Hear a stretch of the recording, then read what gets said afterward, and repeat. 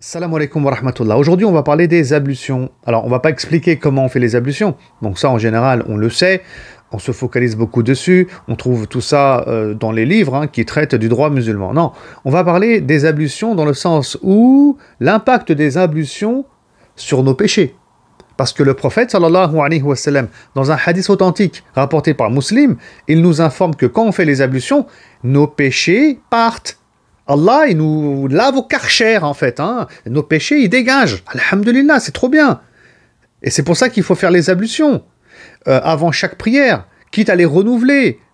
C'est une adoration que de faire les ablutions. Qu'est-ce qu'il dit le prophète sallallahu alayhi wa sallam? Il dit, lorsque le serviteur musulman accomplit ses ablutions en commençant par se laver le visage, tous les péchés qui sont commis avec ses yeux s'effacent au passage de l'eau, ou jusqu'à la dernière goutte d'eau.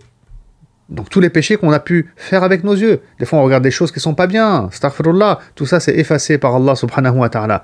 Lorsqu'il se lave les mains, tout péché commis avec ses mains s'efface au passage de l'eau ou jusqu'à la dernière goutte d'eau. Lorsqu'il se lave les pieds maintenant, tout péché commis avec ses jambes s'efface au passage de l'eau ou jusqu'à la dernière goutte d'eau. C'est bien qu'à la fin de ses ablutions, il est lavé de tous ses péchés. Voilà.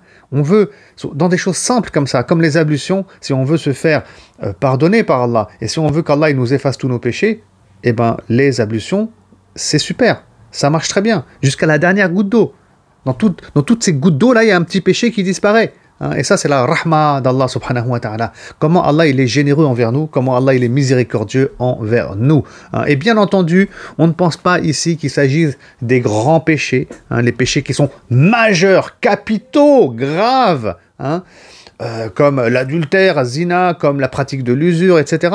Non, ça demande un repentir, c'est-à-dire on arrête complètement, on regrette ce qu'on a fait et on fait tout pour ne pas reproduire notre péché. Donc ça concerne plutôt les autres péchés qui ne sont pas majeurs. Je vous dis à très bientôt pour une prochaine vidéo. Salam alaikum wa rahmatullahi wa barakatuh.